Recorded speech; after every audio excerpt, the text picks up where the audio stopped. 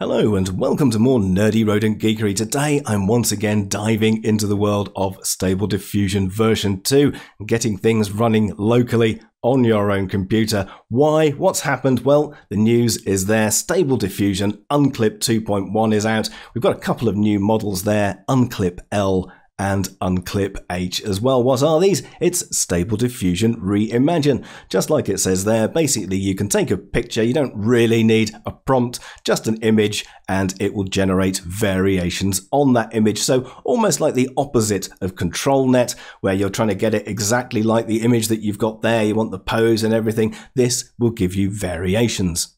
Those links on the GitHub page will take you over to this Hugging Face. As you can see there's two checkpoint files, one for H, one for L. I'm going to download both of those into my checkpoints directory, exactly like it says. There are also a couple of other models which have been released recently as well, but I'm not going to use these. These are only in diffusers format, but there's an Unclip Small, which I can only assume is a small version, and also a ×2 latent upscaler. There it is, upscaling things very nicely. As you can see, it's developed there by Catherine Crowson.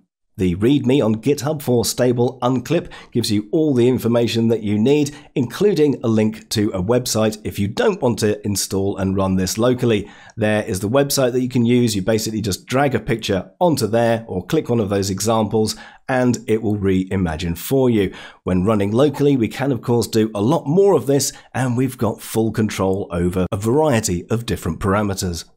Like it says here, there are a few steps you're going to have to take before you can run this locally. It's not yet available in the automatic 11.11 web interface. We're doing this in Streamlit. I'm sure it will come to automatic 11.11 soon enough, but I like playing with things as soon as they come out. Just like it says there, you will need to download those into your checkpoints folder. And if we scroll down, there's some more instructions here. There is how to run the Streamlit demo, but you will also need to download these Carlo models as well. So make sure you download all of those to show you how it looks here. So this is my Stable Diffusion checkpoints directory there. I've got Stable Diffusion Unclip H and L, and in my Carlo models directory there, I've got all the files that it downloads from there.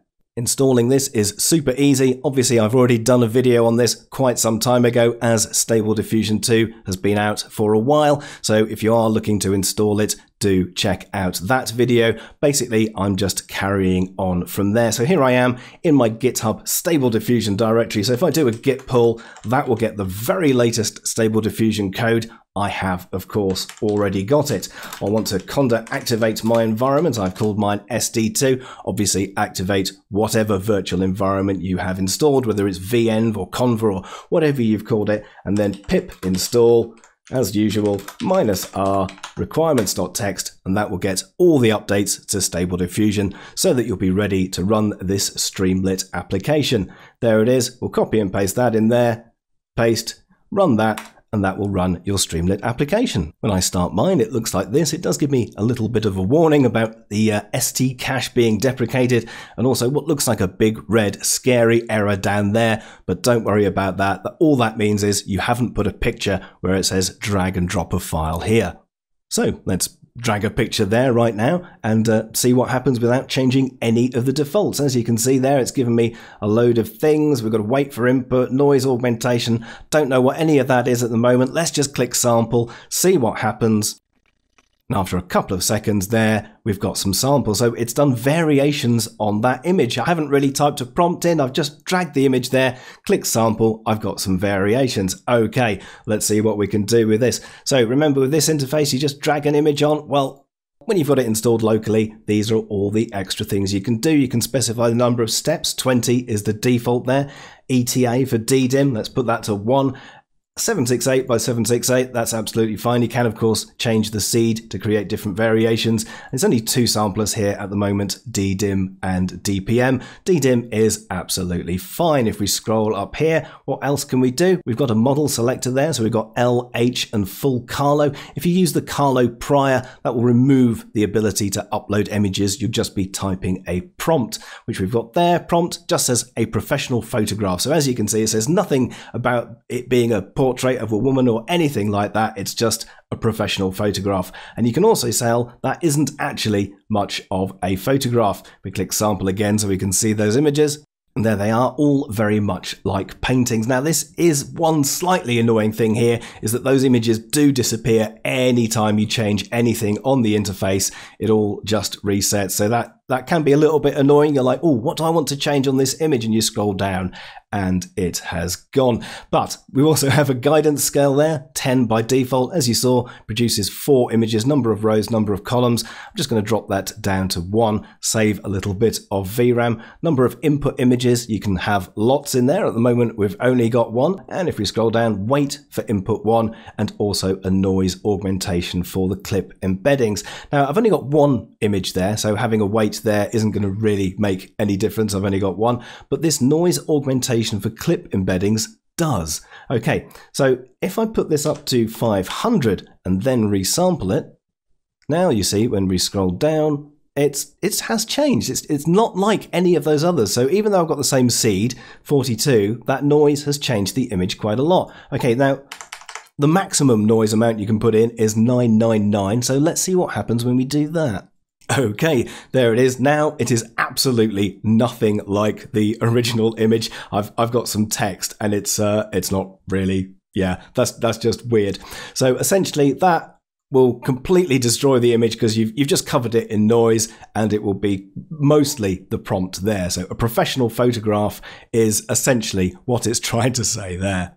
As a general rule of thumb, you probably don't want to go much over about 700. Think of that as a denoising strength of about 0.7. Okay, so let's start changing things a little bit. I'm still using the unclip L model here, but we've changed the prompt, painting of a woman in a field of flowers. I've also put a negative prompt in there, and we've got an image of some flowers. So what will that do? Will that actually give us a woman? Or, I mean, which one's it going to do? Is it the prompt? Is it the flowers? There. Okay, so that's taken most of it from that image. And if I put the noise augmentation up to, let's say, 500, so that's a denoising strength of 0.5, effectively, we've still got that. Okay, how about if I go back up to my preferred maximum of about 700? Are we going to get a woman in a field of flowers? A little bit. I mean, it's not too bad, but what we could do instead is let's put that back down to 0, and we'll add a new image. So number of input images is now 2. And if we instead drop a picture of a woman on there and then do sample. Okay, so now I've got picture of a woman and I've got the flowers as well. So it's mixed those 2 images in together. Excellent, excellent. All right, can we do 3? Yes, we can. Let's turn that up to 3. We'll add a 3rd image in there and see how much that changes it. Okay, that's changed it quite a lot. We've got the flowers, we've got those trees, and we've got the woman, which is interesting because it's not quite like this one. But don't worry, because we can turn the weight up on this. Let's have that around 2 and see how that changes it. Okay, so there we go. We've got a picture of a woman, which it's taken it quite literally, and the flowers there from the original image. All right, we can mix and match all these images as much as we like. As you can see, for each individual image there, you've got a weight for it. 1 is the default. You can go all the way up to 10 or right down to -10. You've got the noise augmentation for each individual one. And also right down at the bottom, you have an average for each of them there. Noise augmentation for average clip embeddings. So say I put that up to 500 and then do sample. We get yet another image, and there she is, woman in a field of flowers. So you can see it's taken the sort of elements from each of the images, mixed them in together, and produced a variation on those, a completely new image for you. And we can do exactly the same thing with the other model. So there we've got the stable unopened clip H. Let's have a look at that one. There it is. We'll just use all exactly the same settings and see what happens with this version. And there it is. A little bit weird. Obviously, we've got the issue there with the multiple arms and hands and things all over the place, but that doesn't matter. You can just change the seed, for example. Let's change that and generate a different image. This time we've got something with, well, okay, the body's a bit strange there, but at least the hands and arms are a little bit more human. And there you go. That is essentially it. So you can take an image, you can get a variation on that image. You can also have any number of input images, and you can guide them with prompts, with weights, and with noise augmentation to produce a variation on all the images that you've input along with your prompt. While it may not necessarily be the highest quality output in the world, it does give the ability to produce many different variations. If you are looking to get Stable Diffusion 2.0 installed and then upgraded so it can run this version, do check out this video.